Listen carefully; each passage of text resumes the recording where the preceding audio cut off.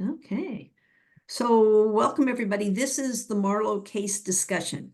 And let me give you an overview of the agenda. We're going to take a few minutes and do introductions, and I'll explain what we'll do. And then we're going to open it up and look at quickly at just the facts of the case. And then we're going to look at the different perspectives in this case. Because I think this is truly an application of the DeWitt Jones change your lens, change your decisions. And then finally, we'll wrap up at the end of the evening. I'll be asking you what your big takeaway was from the case. So the way we're going to do the introductions, and for those of you who just joined us, I'd ask everybody to turn on your camera so that everybody can see who's in the discussion. I'm going to ask you to share your name, where you're joining from, and drawing from one of the homework assignments. What motivates you on the job? And we're going to do this popcorn style very quickly. So I'll start it off. Jan Nelson, and I'm joining from Richmond. And what motivates me on the job is being able to do new things. And I'm going to popcorn it over to Chelsea. Hi, everybody. I'm Chelsea. I'm actually on vacation in Yellowstone right now, so in Montana.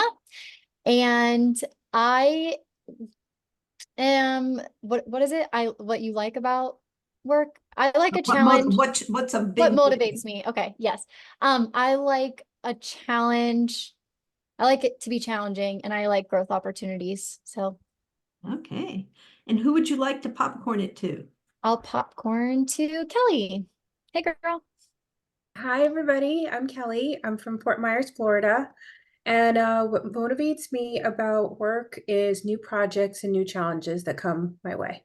Okay. And who would you like to popcorn over to? Let's popcorn to Austin.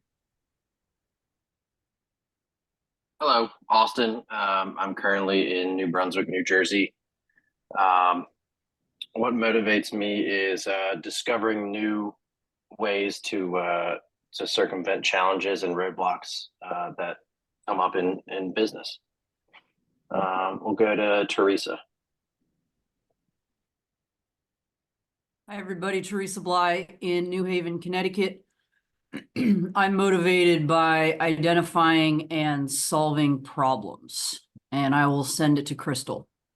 Hi, my name is Crystal. Today I'm in Jacksonville, Florida, and I'm motivated by performance-based incentive compensation structure. I will popcorn it over to Russ. Hey everyone, my name is Russ. So I'm in Florida right now, and what motivates me at work is the feeling of like a sense of accomplishment. I need to, like at the end of the day, I'd like to feel that I have lived this day for something and didn't just waste time at work. That's what motivates me. And I will popcorn this over to Rachel. Hi everyone, my name is Rachel Pancook. I am joining you very late at night from Casablanca, Morocco. And I think something that motivates me is solving processes and making processes more efficient. I'll pop it over to Christopher. Hey guys, I am in Austin, Texas, Chris Davis, and I am motivated by putting out fires. I like fast-paced challenges that usually take a large team to resolve, and the more that's thrown at me, I feel like I step up my game, and the less I'm taking on, probably the less productive I am. I will popcorn to Taylor. Hi everyone, my name is Taylor Bond. I am in Springfield, Virginia. What motivates me is currently being able to support mission critical work. I work in the national security realm, and so having a mission, it just is really satisfying to see the completion and the outcomes that come from it. I'll popcorn over to Bobby. Hi everyone, I'm Bobby Hurst. I'm in Fredericksburg, Virginia, and I'm motivated at work by digging into complex problems and then problem solving, seeing the products go out the door. So with that, I'll popcorn over to Ronak. Hey everyone, my name is Ronak. I am calling in from Fairfax, Virginia. And what motivates me is knowing that my work has purpose and is actually making a direct impact on the end user. I will popcorn over to Eddie.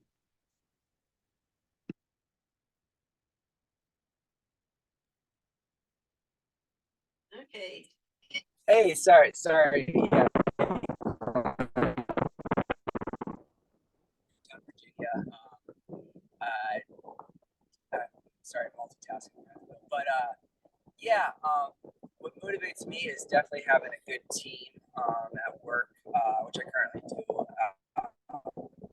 at my job. Just having a lot of people who are engaged, going through a lot of challenges right now.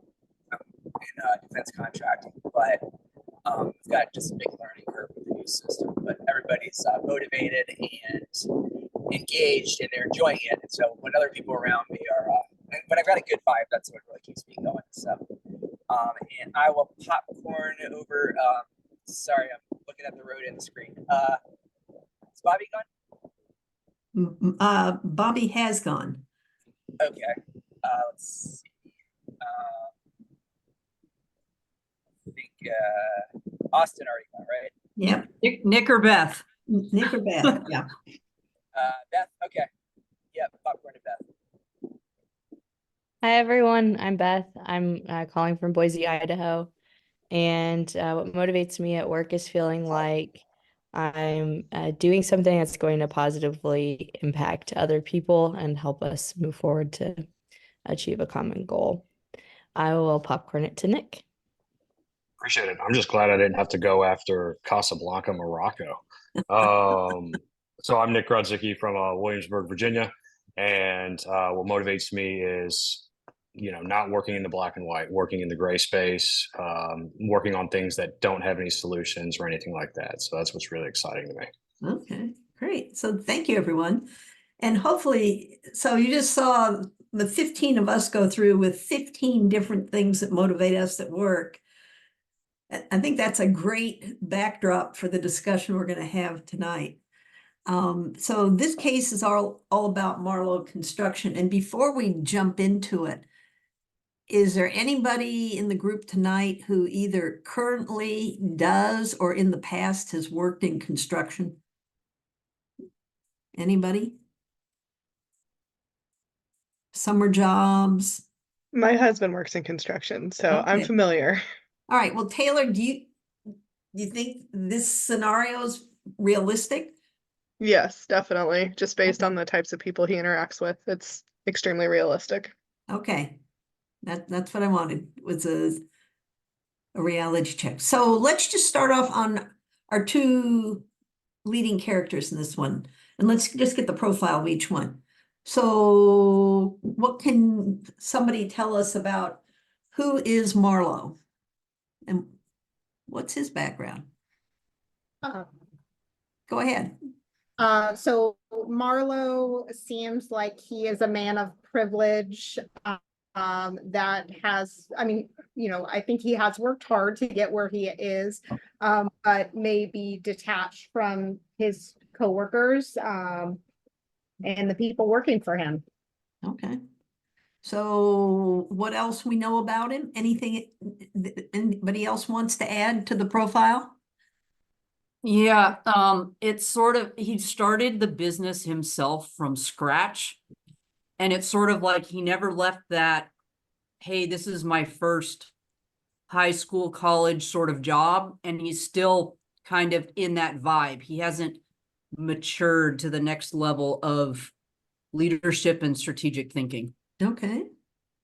Anything else about Marlowe?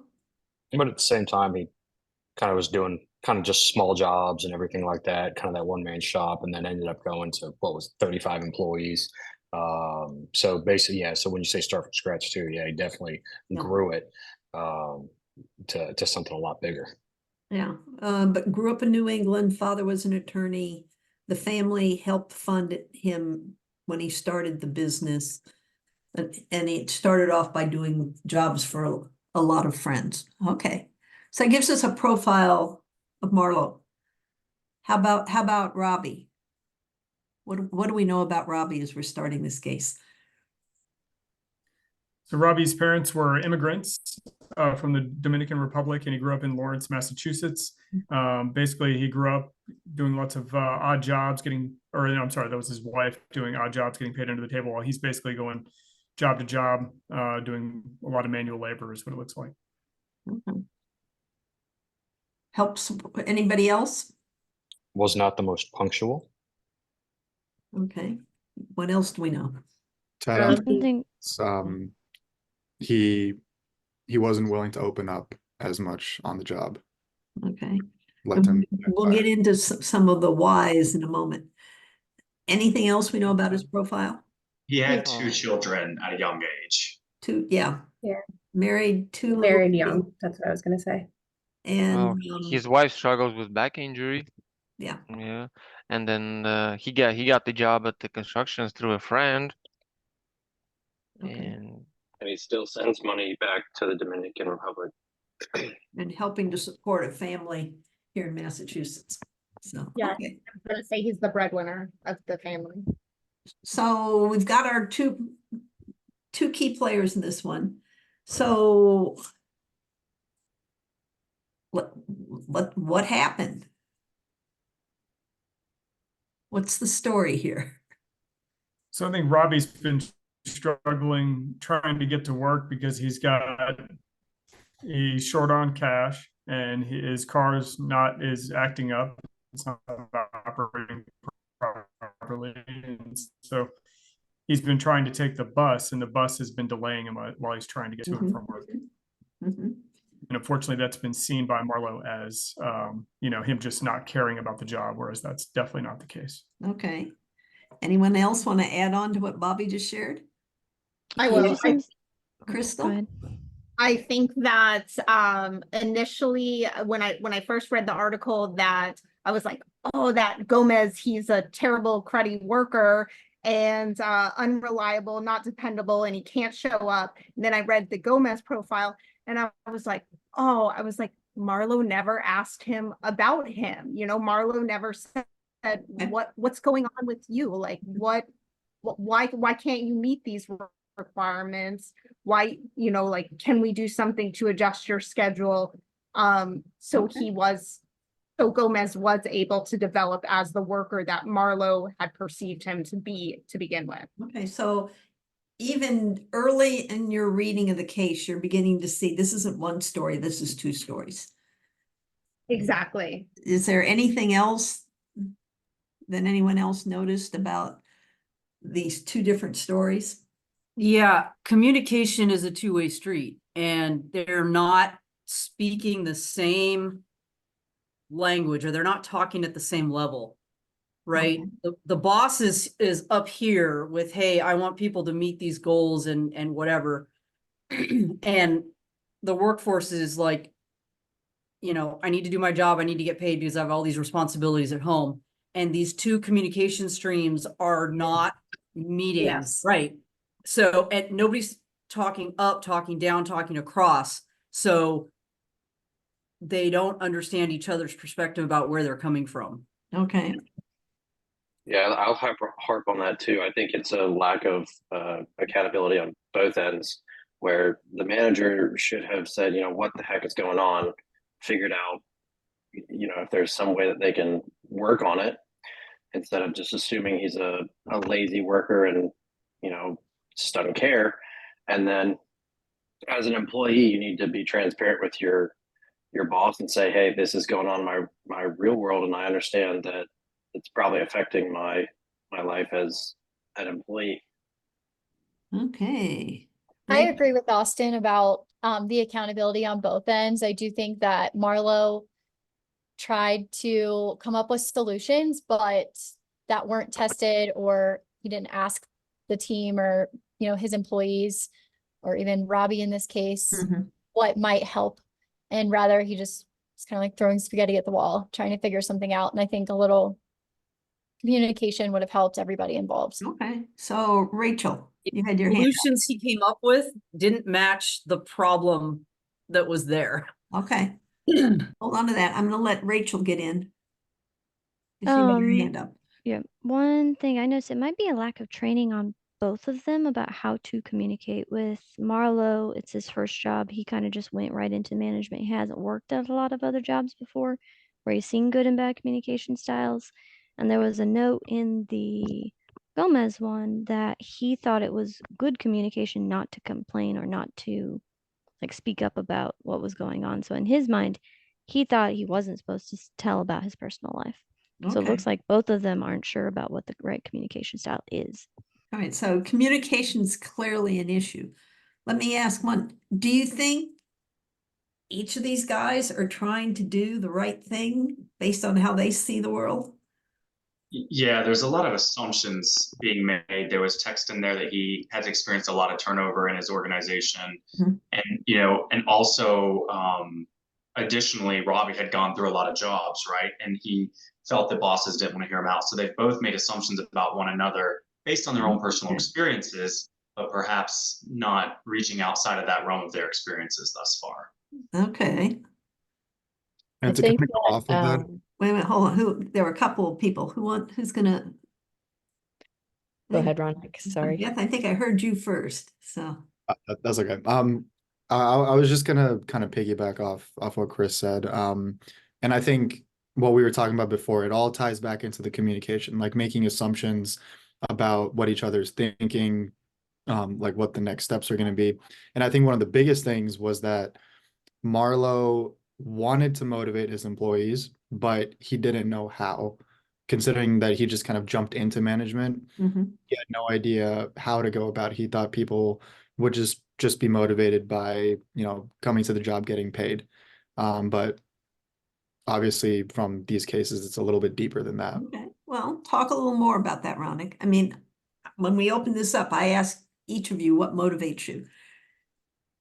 Yeah, so what I would have done if I was in Marlo's shoes is really get to know the person before getting to know the employee. Know what really gets their motor running, know why they wake up every day, know why they come to work. And I think if you were able to do something along those lines, even if it was just a 30-minute staff meeting or something like that, just trying to connect with his employees on more of a personal level, I think that really would have promoted Robbie to open up more and not think that he was complaining about his personal life, but instead was just trying to get his boss to understand that, hey, some days I might be late, some days I might not show up at all, but I have legitimate reasons as to why these things are happening. Okay, so anybody else? I think kind of carrying on the theme with motivation and understanding where he's coming from, at the end of Robbie's case, he said, "Oh, I have this gift card. What use is that to me?" And so it felt very much like the C-suite. We're getting a pizza party. Yay, good job. Without really taking a time to understand what motivates and incentivizes employees to actually show up every day and perform. Okay. And to piggyback on that too, sorry to cut you off. Go ahead, Nick.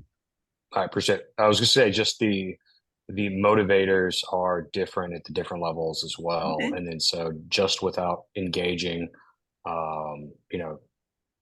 figuring out what their personal and task motives are at the employee level, you're kind of just advocating for whatever works for you. And then so they're not aligning, your little Venn diagram isn't overlapping there. So it's just, there was no kind of discovery from the owner's end. So one size fits all. Yeah. Okay. Beth, you've been waiting to get in for a while. That's okay. One thing I was thinking is that since Dan hasn't really ever, Marlo's never worked in that industry like himself, he doesn't really understand the people that are in that world. And maybe if he like spent a day with all of them and did the work with them, he would understand. I think that's like a good way for employees to also feel like the boss wouldn't ask you to do things or give you instruction that they wouldn't do themselves. And that would help him to figure out ways to structure the work so that it's not just I'm not going to show up to work because I can't, but how can we help you show up to work and what can we do in your life to make that easier for you? Okay. Russ, you were trying to get in too earlier. Is there anything you want to add or are we okay? Man, I think I'm gonna play the devil's advocate here. Um, he's a boss. The employee cannot show up on time.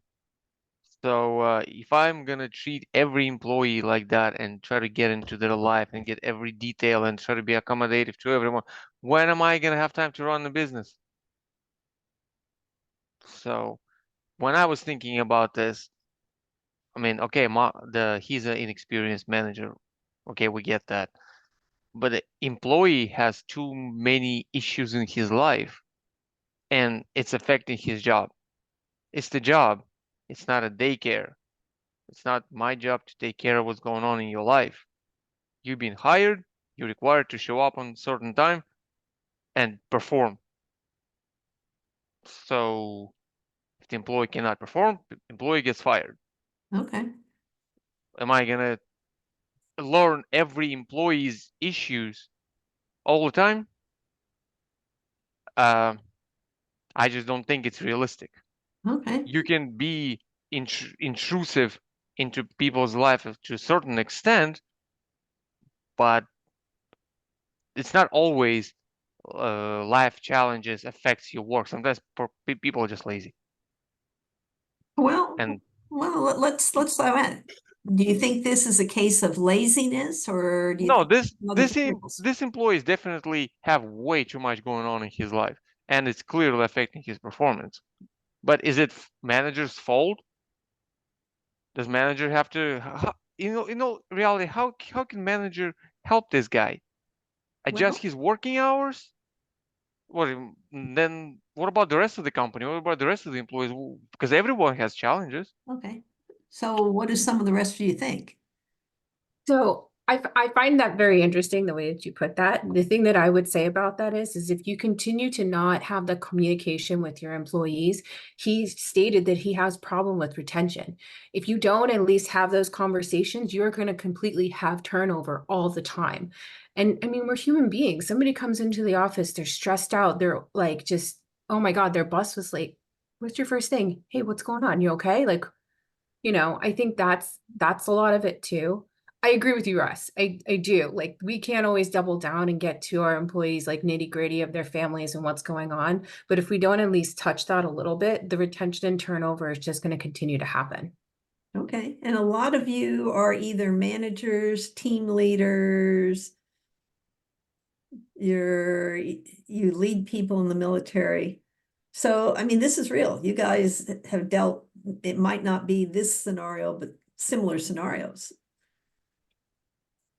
But then kind of devil's advocate to his devil's advocate. If everybody is like that, then I can understand that. We don't have time to do this. But if there's a clear outlier, then it's, well, let's kind of focus in what's going on.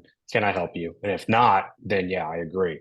Hey, you're not trying hard enough or whatever it may be, but at least putting forth the initiative to say like, hey, what is going on to try to resolve. Ask the question. I think one thing. Go Oh, ahead. sorry. I was just gonna say, one thing I wanted to point out was he did think that Gomez had potential. Like, that was something that he stated in his article or in the profile, was that he did think that this worker had potential. So, maybe you don't see that in everybody, but this particular person, he saw that in. So if you see somebody that you think potentially can be capable, then why not ask why? Like, what's happening?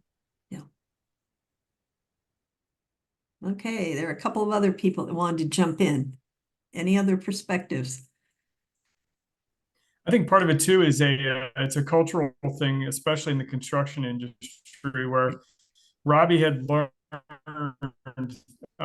from his prior jobs not to complain or not to make excuses. Basically, the guy who complains is the one who gets fired, and so he was, in his mind, that's what he expected from his boss. So he couldn't communicate like that. So it could also be a cultural thing just in the industry or in that specific organization that people feel as though they can't speak up to their bosses from prior experiences. And unfortunately, that then impacts how the boss is able to interact with the person. So looking deeper into the cultural aspects of the industry is important. So Bobby, thanks for bringing that one up. And I'm going to pull Taylor back in because she's secondhand had some construction. What you described is part of the culture at a construction site. There is a lot of coming and going. The company I worked, they called them day laborers for a reason, because it turned over that fast. And you're right, it's get the work done, no complaining. It isn't, and the manager is not necessarily someone that's been trained how to do it. So Yeah, I think it's different when you're choosing to actively employ day laborers versus someone who you want to kind of actively grow within your company. There is still a lot of transient people within the construction industry that'll never change, but there are those who are interested in being there and wanting to grow within the company, and so just finding that right balance. And this was something Crystal brought up a little earlier, that Marlo thought Robbie had potential, but then it broke down. So I'm going to go back to my earlier question. Two guys who you said wanted to do the right thing, but the right thing was different for both of them. If Marlo Construction is your company, what are you going to do? Well, the first thing is he has way too many people reporting to him. If he has 35 employees, to everyone's point, going back to the devil's advocate, I think everyone made a lot of really great on the head points, right? But he can't support the culture and the specific employment style that he's going to have and expect that turnover to reduce unless you can build those relationships. Okay. Does he have the time to build relationships with all 35 people? Probably not, but with a couple of implemented managers or directors along the way, he could start creating a culture that will be more inclusive and allow them opportunities to even figure out maybe he can help provide transportation and those types of services, but he can't do it by himself. And so when I read it, I just thought, no wonder he's probably drowning himself in trying to support 35 Okay. people. So one suggestion from Chris is that we need an additional layer in there. We need some managers, team leaders, whatever. Any other ideas to get out on the table? If this were your company, what would you do? Well, if he wants, I agree with Chris. His span of control is way too wide with 35 direct reports. So he needs to adjust the way he's doing business, hire those, whatever you want to call them, supervisors, frontline managers, whatever. But he also needs to invest in himself and change the way he's doing business. Until he can hire those people, he needs to make the time to get to know the people that he's hiring, in order to prevent these issues from happening, in the first place. Going back to the point from Russ and the Devil's Advocate, if boss had made the effort to get to know people, even just a little bit, they would be more willing to come to him with it instead of waiting for something to fester to the point where the boss is like, well, you're useless to me, I'm going to fire you. So he needs to do some investment on himself. He needs to work on hiring those frontline managers, and he needs to get to know his people better. Because that is your job as the manager. You're not doing, right? You're not doing the task, you're not doing the construction. You are managing the construction process, which means holistically taking care of your people and doing the high level stuff. And if he can't handle it, he needs to recognize that and take steps to address it. Okay, thanks, Teresa. What else? I think it comes down to what type of culture is important to the company. Do they have core values? Do they have a mission and vision statement? Are the actions that they're taking aligning with that, or do they even care? Okay, so Chelsea, if it were your company, what would you do? If it were my company, then I would have that additional layer where relationships were able to happen. Like to echo what everyone else is saying, like 35 direct reports isn't conducive of a relationship environment in that way. And so I would create different levels of support. Okay, and tell us more about what, you said you'd focus on culture. What specific would you do beyond changing the span Um, to change the culture? I don't have experience in construction, so I'm not really quite sure, but I would say that a way to help ensure that people are coming to work on time or they're motivated to be there, there's not the tardiness, not in the case of, family instances, but that people are really doing something that they want to do, that they feel good at. A lot of the people in this group, when we started the call, when asked what motivated them, it was the challenges and problem solving and making a difference. And so that is different for every single person. So that's why the relationships and that personal touch is so critical, because how are you going to know what's going to motivate someone to get out of bed in the morning, to show up, to do a great job, to be engaged and make a difference in the company?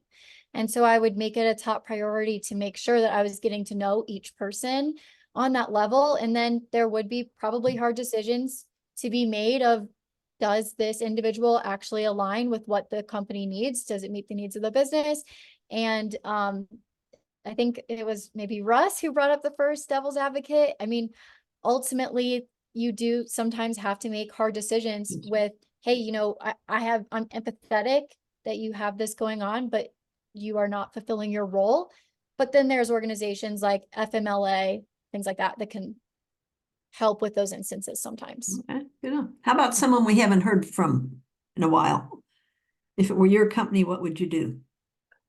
Well, I can speak from personal experience that my first job out of college, my hiring manager asked me directly, what motivates you? What do you want to achieve from working here? And I thought that was a really interesting and unique question that no one had ever asked me. And I'd be surprised if many managers do ask their employees that. But I think it allowed for a deeper level of understanding of why that person is even there in the first place. Okay. I think if maybe that's just the culture of construction where you just show up for a paycheck and go home, but you could potentially change that if you implemented things like that, where you start to understand why someone is showing up that day. Okay. Thanks, Austin. Eddie, we haven't heard from you for a while. What would you add?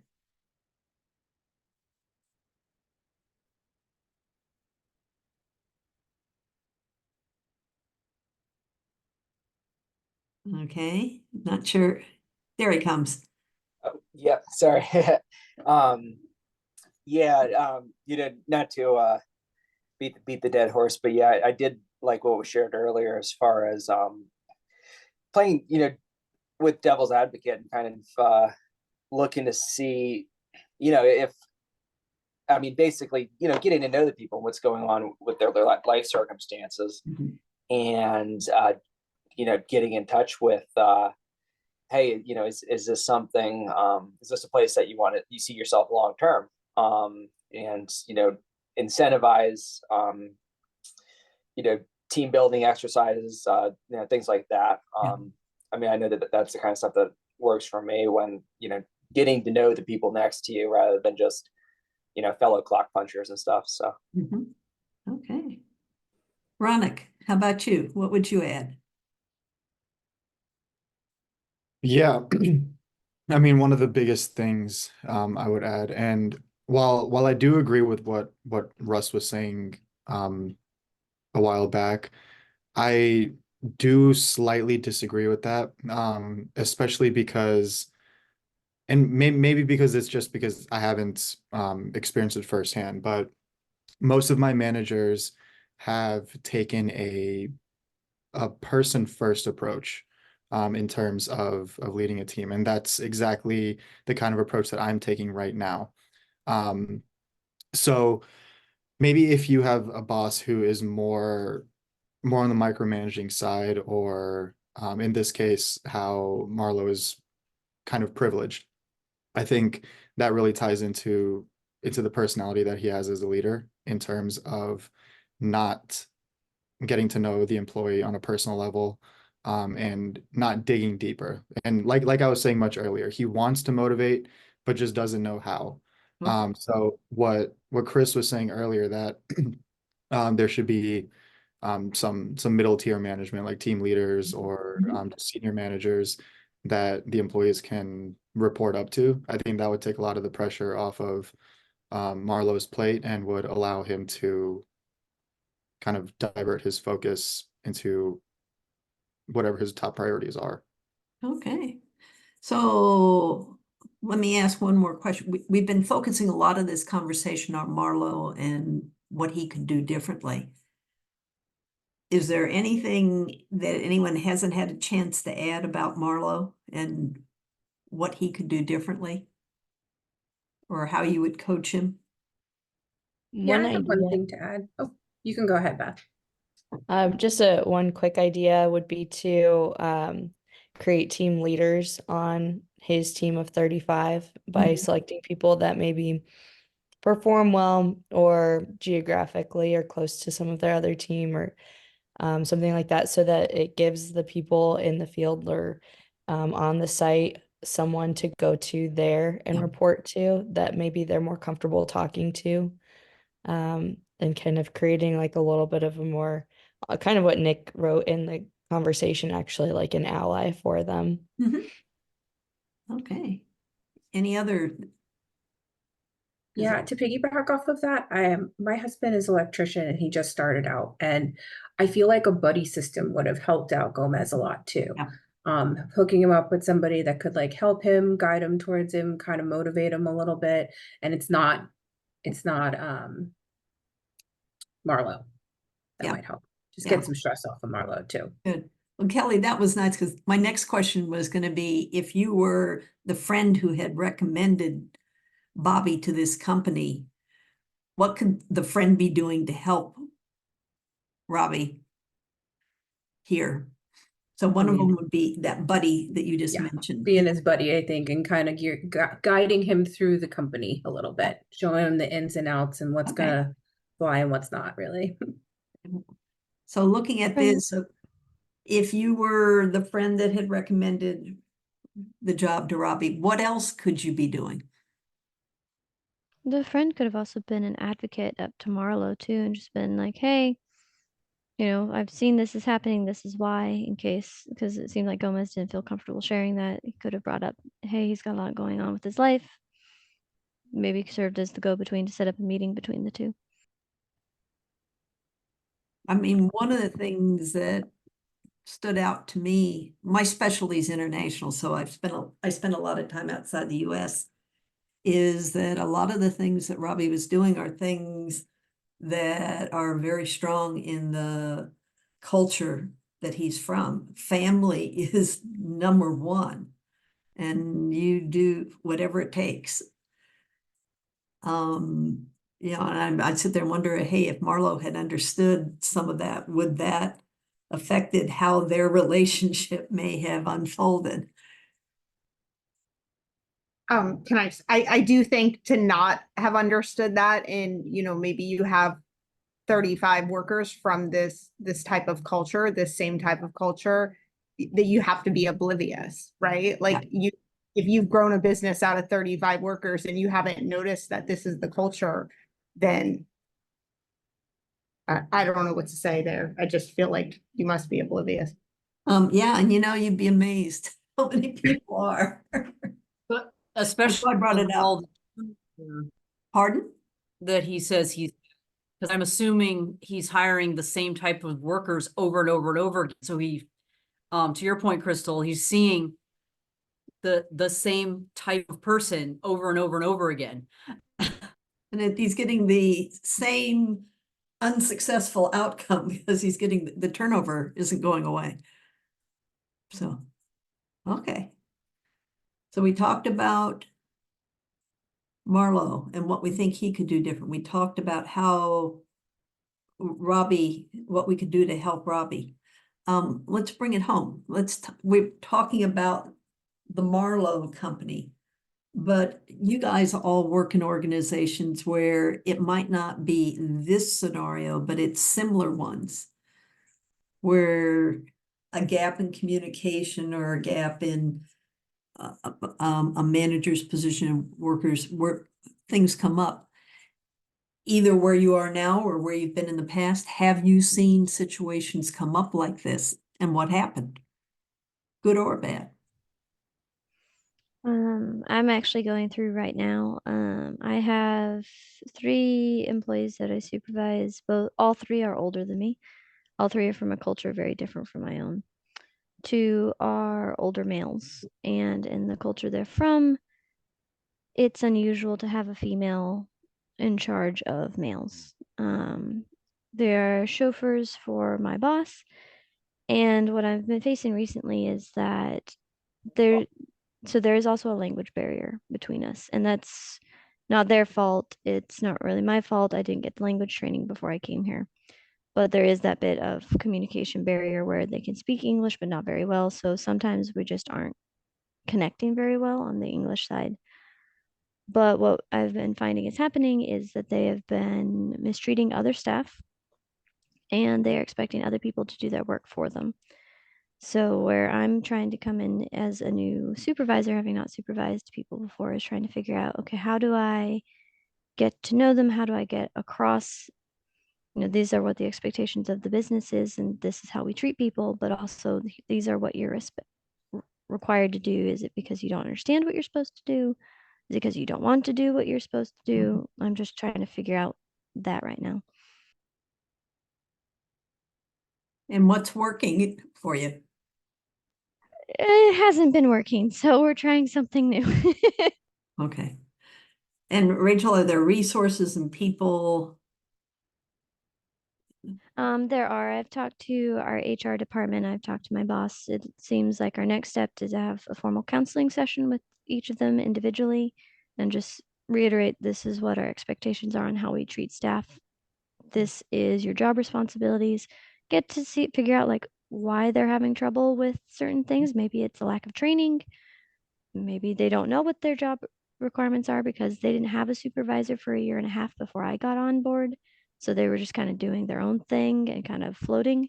So it could be they just don't know what their job requirements are. One of the employees has been here for 12 years though, so I find it hard to believe he doesn't know what his job is. But a formal session where we just sit down and talk and have a conversation and kind of lay the groundwork, and that way we have a base to start from. And I'm assuming there'll be somebody in there who does have fluency in both languages and can help with any language barriers. Yeah, it's a little bit of a sensitive too, because I'm going to have to kind of lay the hammer down a bit, and they may take that if I bring somebody from HR in with the culture, it's a very much a saving face culture. Yeah. So if I bring somebody else in, they may feel like the implication may not go so well if I bring in somebody else. So the first step would be me and them, and then if it doesn't go well over the next month or 2, I may need to bring in somebody else as well. But there is the communication that I'm just not going to be able to get around very well. Okay, thank you for sharing that. How much, can I ask how much longer her duty station is there? You said you were up for new orders. How much? So I'm a 2-year, I've been here for 7 months. I have about 1.5 years left. So it's going to need to be resolved on your watch. Yeah, is there a neutral non-HR party with the language skills that could assist? Because I agree, walking into a meeting, that's the message you want to send, but maybe create conflict when you've got 1.5 years left. Yeah. If there's somebody else with a language skill that's not seen as a threat that could help with that piece. Yeah. Because in order to get communication, you're going to need to identify somebody who can bridge the different languages.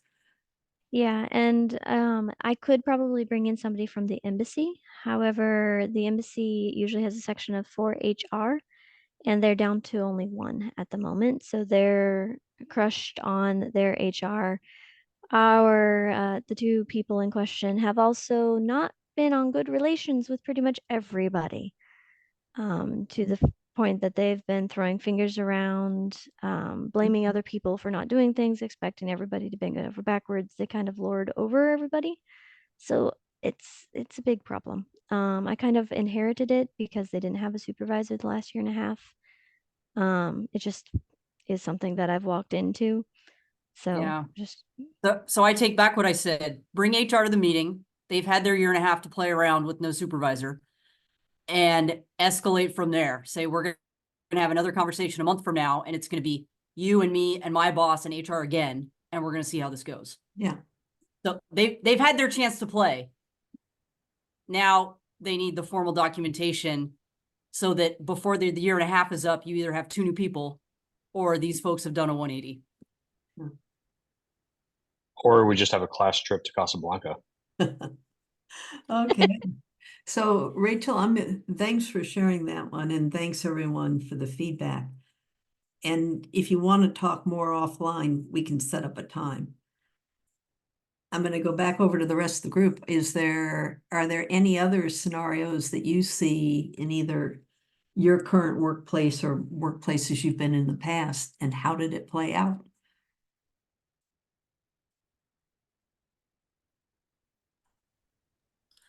I think in a positive way. Yeah, Sorry. you share positive because mine's negative. You go. Okay. Bobby, Okay. then Chris. I'll say in a positive way, coming out of, I'm in the aerospace industry, change is very hard. Our site has had a lot of older managers who are very resistant to change. So part of the way that we've started to change that culture is by having them do stay interviews, and also having the employees work with their bosses to build their own personal development plans. That's helped. I mean, obviously letting someone grade themselves in a way is not the best answer, but at the same time, it's gotten a lot more people to start talking. And in the end, having more communication and learning more about the other people. That's what I was going to recommend to the girl who's over in Morocco. I mean, maybe you can start to build a culture, especially in one that respect is a huge thing. Maybe start to try to get to know them more, ask more personal questions or family questions, get to know them better before you approach them with any sort of correction. That might help. So in our company, we found that just by having them talk more and build more relationships, that's just improved communication across the board. We understand each other better. We can help identify issues earlier than when they come to a head and it's already a problem. Okay. Thank you, Bobby. Any questions anyone has for Bobby before we move on to Chris? Yeah, Bobby, where do you work? Sounds great. What's that? Say I again? said, where do you work? It sounds great. It's Aerojet Rocketdyne. We just got bought out by L3 Harris, and L3 Harris has brought down the hammer on culture, and I think that's actually been a great thing. Yeah. So the whole idea of being a trusted innovator or a trusted disruptor, I'm sorry, they really take that to heart. The idea of disrupting in a way that makes things better, and a lot of people, especially young people, really respond to that well. Yeah, and I would echo the stay interviews, particularly with a lot of the consulting work I'm doing now, coming out of COVID. Even if you've got a good company, stay interviews are a good thing to do just to re-engage everybody and keep them engaged. And I love the fact you're doing personal development plans. And all of you are going to get practice because that's the last assignment in this class. So thank you, Bobby. Chris, you said you had a scenario to share. It circles back to Chelsea's, one of her solutions proposed for the story. So my company, I work for a big real estate investment trust, so big corporate publicly traded firm. And we went through a whole big sell. We sold our REIT, we stood up a new one, and then the economy with real estate, right, has been more challenging. And so the company has not been able to buy and develop properties really at a clip at all, right? So it's a nervous environment. People are twitchy. And so almost everyone on this call said you'd like to be connected to something or have a purpose or a drive. And you said they should create a mission and a vision statement.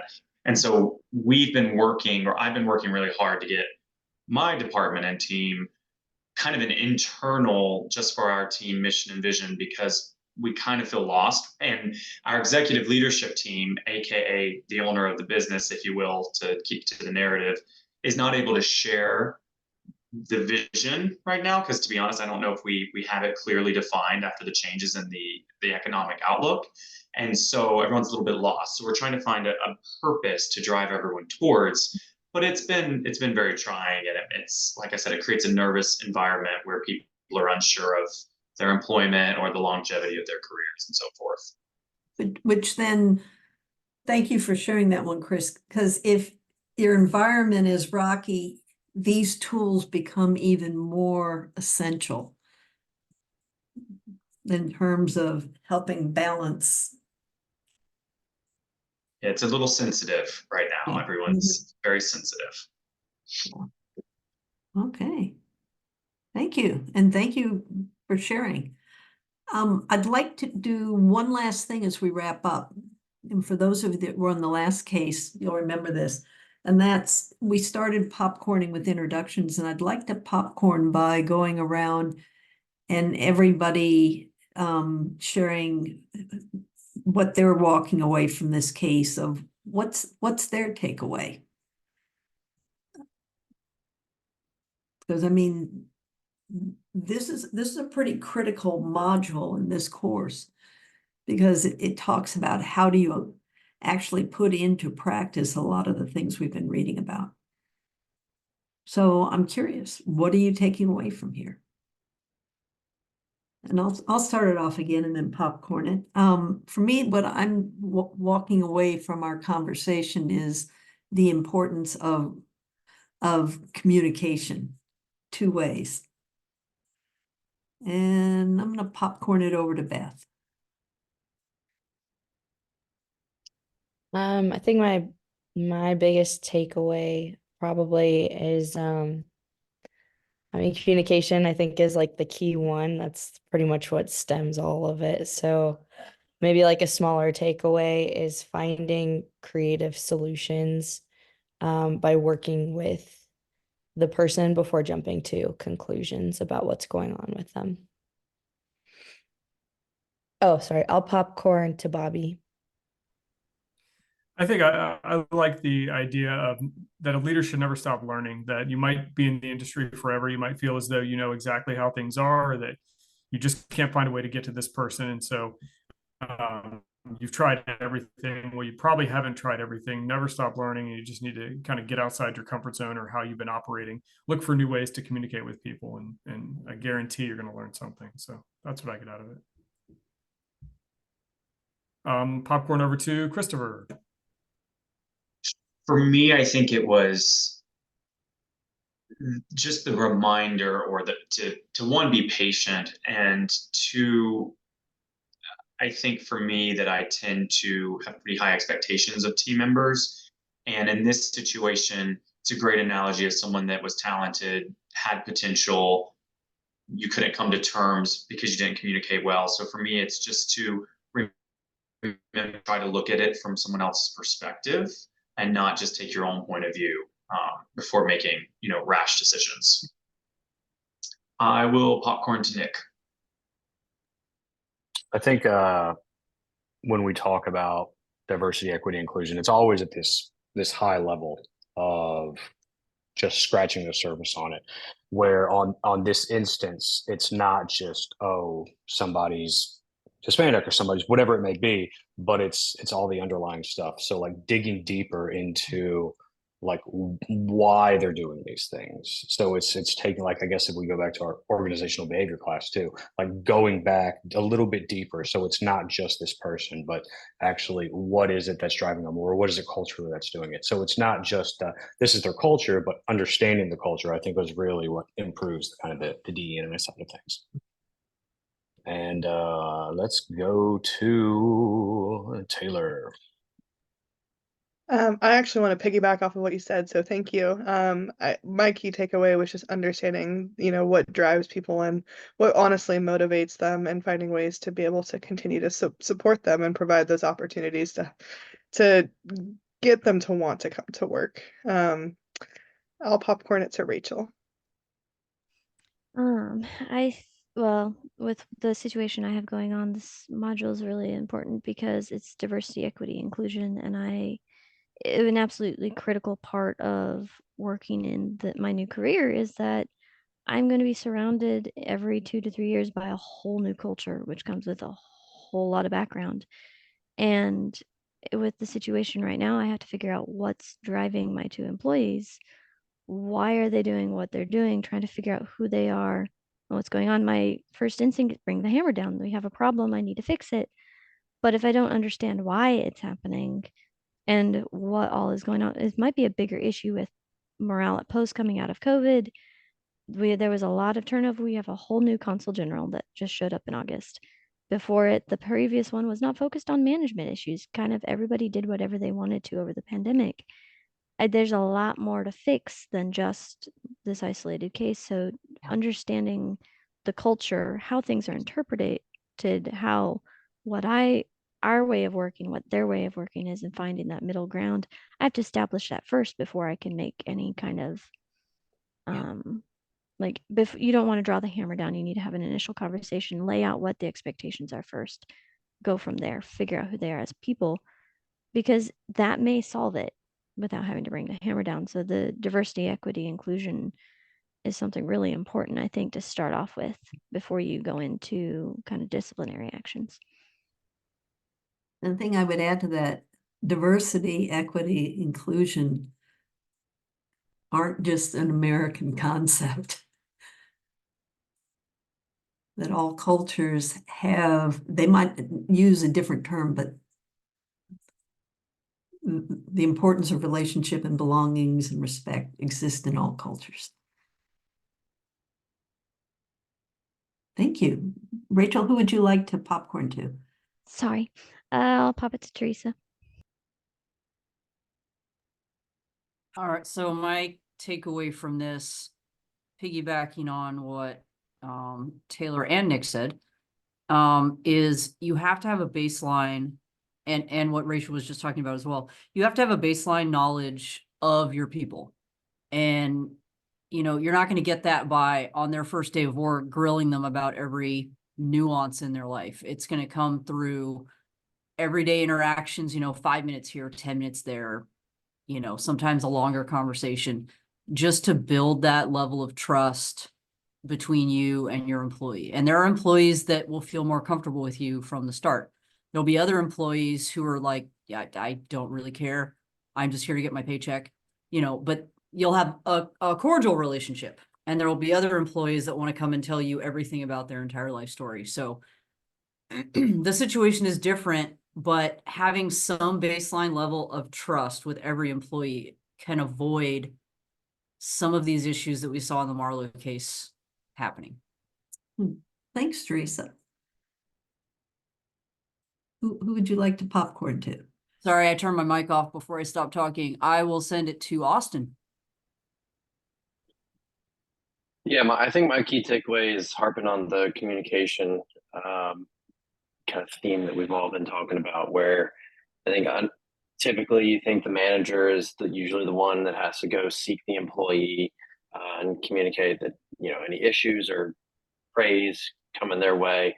But I think it'd be really important to remember that, communication also goes up for the employees to manager level, where, if something's going on in your life and it's going to be affecting your performance at work, that they need to be made aware of that and can remain professional, but it could, help you in a situation where if you're up for potentially being fired, then you can't really help the situation that it could help. Who is not gone? Kelly, have you gone?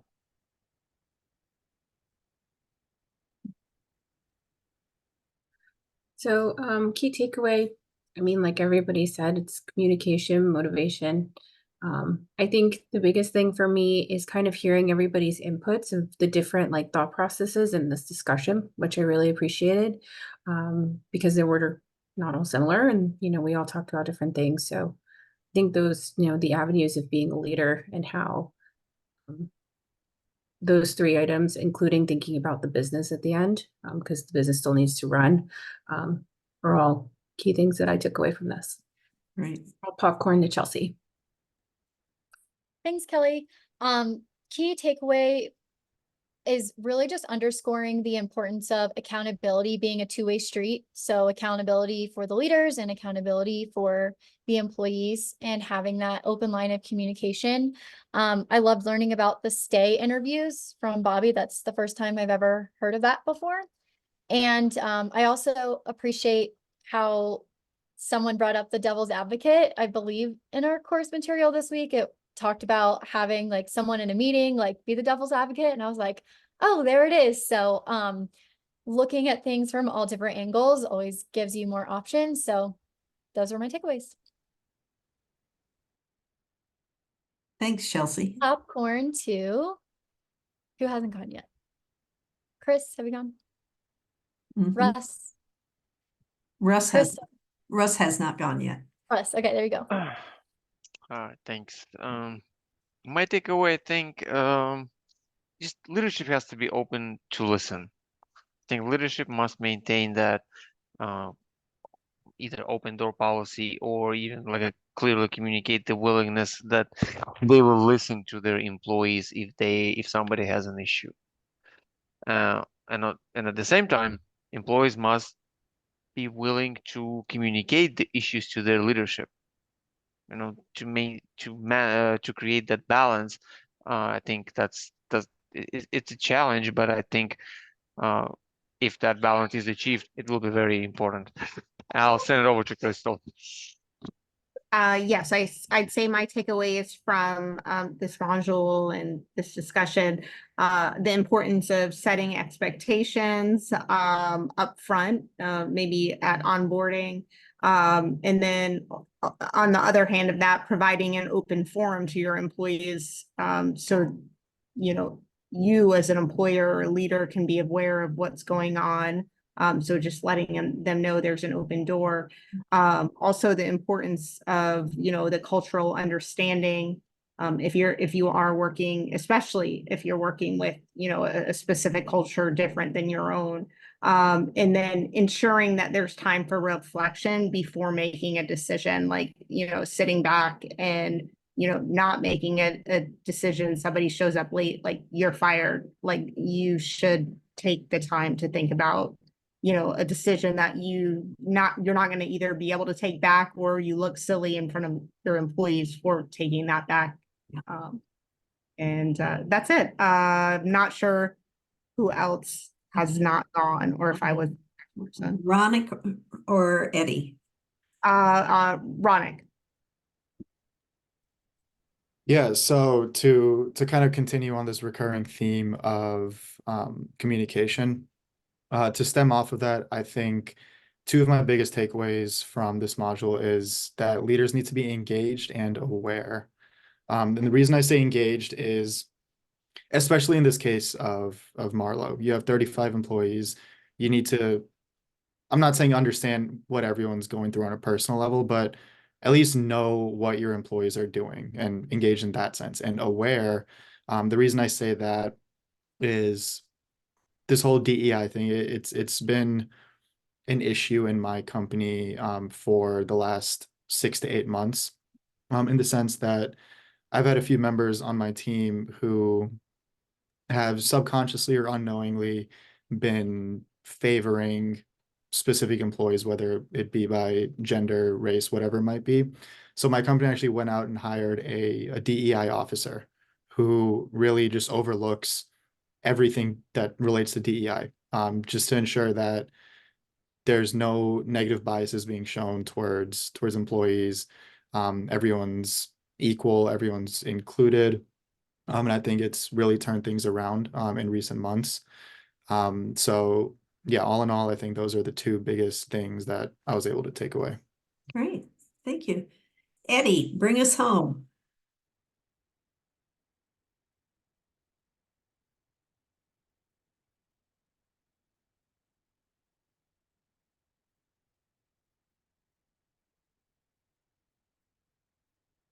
Okay, I'm not sure if Eddie can hear me.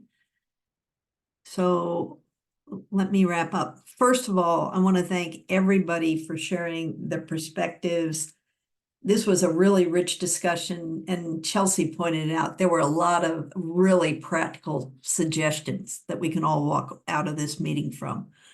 And that I do encourage you to walk out of this meeting and try some in your workplaces. The other is there was a lot of rich discussion that are things that you might want to consider for your reflection journal this week. And then the final one, just a reminder, make sure that you acknowledge that you attended the session so that you get credit for being here tonight. But I want to thank everybody for joining in the Zoom call and for participating tonight.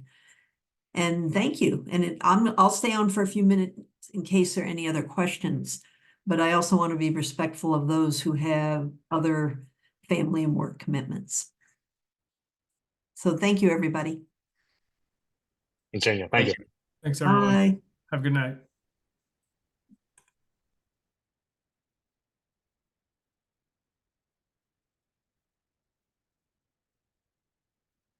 Jan, I was gonna ask you something, but I don't know if it needs to be on the recording. Okay, let me turn off the recording then. Okay.